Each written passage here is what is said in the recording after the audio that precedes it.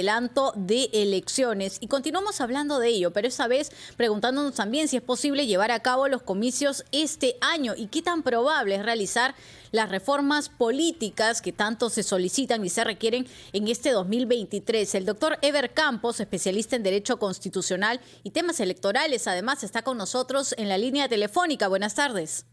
Buenas tardes, Joana. ¿Cómo está? Doctor Campos, buenas tardes, bienvenido.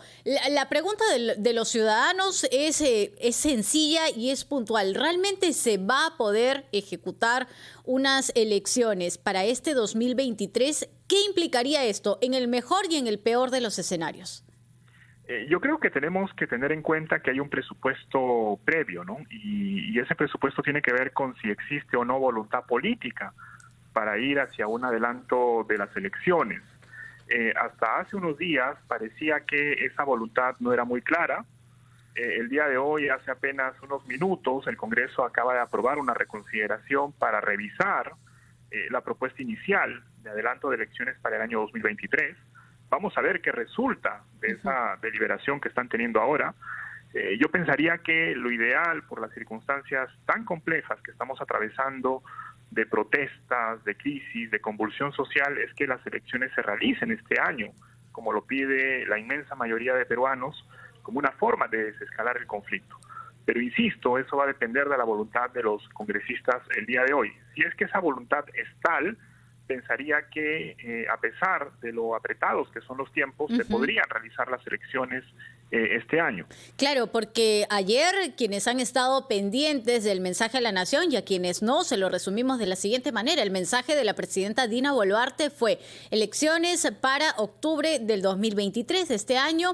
Primera vuelta, segunda vuelta, diciembre de este 2023. Y muchos pueden decir, si lo dice la presidenta, es realmente viable o podría ser ejecutable. Pero ella ha dicho también, exhorto al Congreso de la República a que se tome en cuenta el pedido de los ciudadanos en las calles, que es algunos de los pedidos que se escuchan desde las calles.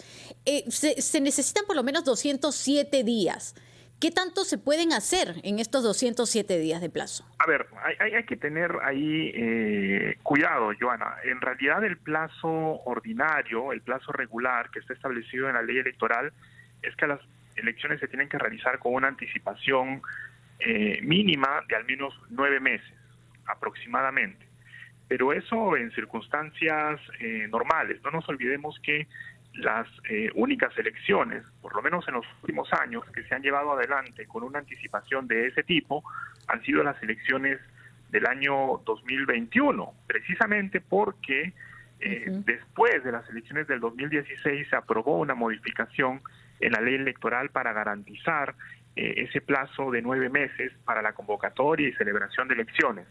Pero antes del año 2021 las elecciones se realizaban en un lapso de aproximadamente 5 meses. Y ya los organismos electorales han señalado que es posible hacerlo en un lapso de ese tipo. No es, sin duda, un plazo ideal porque eso implicaría sacrificar, por ejemplo, parte de la reforma electoral que se aprobó el año 2019 relativa a las primarias, pero digamos, en un contexto como el que tenemos ahora, en donde se necesita una salida política urgente que además tenga un respaldo institucional, acortar esos plazos a la luz de lo que han señalado los organismos electorales es perfectamente posible. Ahora, acortar estos plazos en ese escenario de cara a los siguientes escenarios, es decir, a los siguientes años, ¿qué tipo de perjuicios nos podría traer a nosotros como país, como ciudadanos?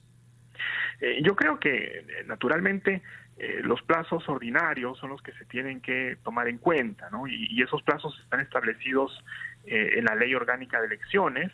Como le mencionaba hace un rato, el plazo para la celebración del proceso electoral es de al menos 9 meses. Lo que tenemos ahora es una situación de urgencia, lamentablemente por todo lo que viene aconteciendo, que nos obligaría a reducir este plazo. Naturalmente no es un plazo que vamos a extender a procesos en el futuro, porque esperamos que en unas próximas elecciones pues tengamos también un escenario de mayor tranquilidad y de mayor paz social, pero en un momento como este podría ser una alternativa, como lo fue en su momento el proceso que nosotros atravesamos hacia principios de los años 2000, cuando el expresidente Fujimori renunció al cargo y lo sucedió un gobierno de transición liderado por el expresidente Valentín Paniagua. Nosotros sufrimos un trance muy parecido de conflictividad social, de convulsión social, y la salida fue la aprobación de una reforma constitucional para celebrar elecciones generales que nos permitieran tener una nueva representación que con todo creo que cumplió su cometido. ¿Qué se estaría sacrificando en nuestro contexto actual? Elecciones primarias. Básicamente elecciones primarias y yo diría de forma complementaria algunas reformas políticas que se venían discutiendo en el Congreso desde hace algún tiempo. Yo pensaría que reformas como, por ejemplo, la bicameralidad, reformas como, por ejemplo, establecer algunos impedimentos para que personas con antecedentes graves no participen de los procesos de elección popular, eventualmente podrían ser soslayadas, básicamente porque la atención gira ahora mismo en torno al adelanto, ¿no? Que es lo que ha concitado la atención y el consenso de la amplia mayoría del país. Pero digamos, más allá de eso, pareciera que estas reformas no van a tener ni el impulso político, ni el tiempo suficiente como para que puedan madurar y ser aprobadas por el Congreso. Y finalmente, en estos momentos, claro, y después de ver una votación que ha llegado raspando, porque primero escuchamos que eran 65 votos, se necesitaba mínimo 66, y es ahí que escuchamos al presidente de la mesa directiva, José Williams, decir que él sumaba su voto y prácticamente con eso se ha conseguido pasar esta valla mínima. ¿Qué viene después en cuanto al término de número de votación para que los ciudadanos también estén enterados de cuánto es lo mínimo, cuánto es lo máximo en los siguientes pasos? Sí, esa es una pregunta muy importante, Joana. Yo creo que deberíamos prepararnos para un escenario de 66 votos. Las reformas constitucionales, y el adelanto que se está proponiendo es una reforma constitucional, se pueden aprobar de dos maneras. Una, a través de una votación de 66 votos, que es la mayoría absoluta del Pleno del Congreso, y una consulta popular de referéndum, y la otra, una mayoría calificada de 87 votos, pero en 2 legislaturas consecutivas.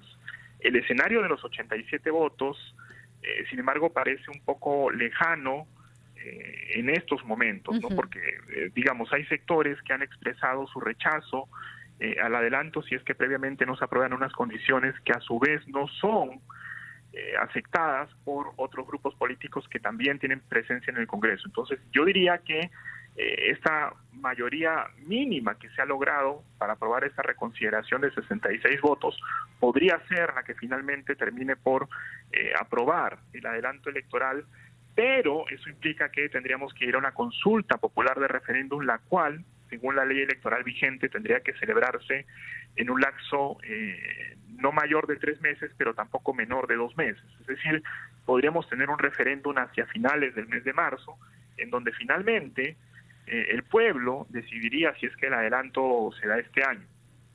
Perfecto, clarísimo, clarísimo. Muchas gracias, doctor Eber Campos, especialista en Derecho Constitucional y temas electorales, por estar con nosotros. Buenas tardes.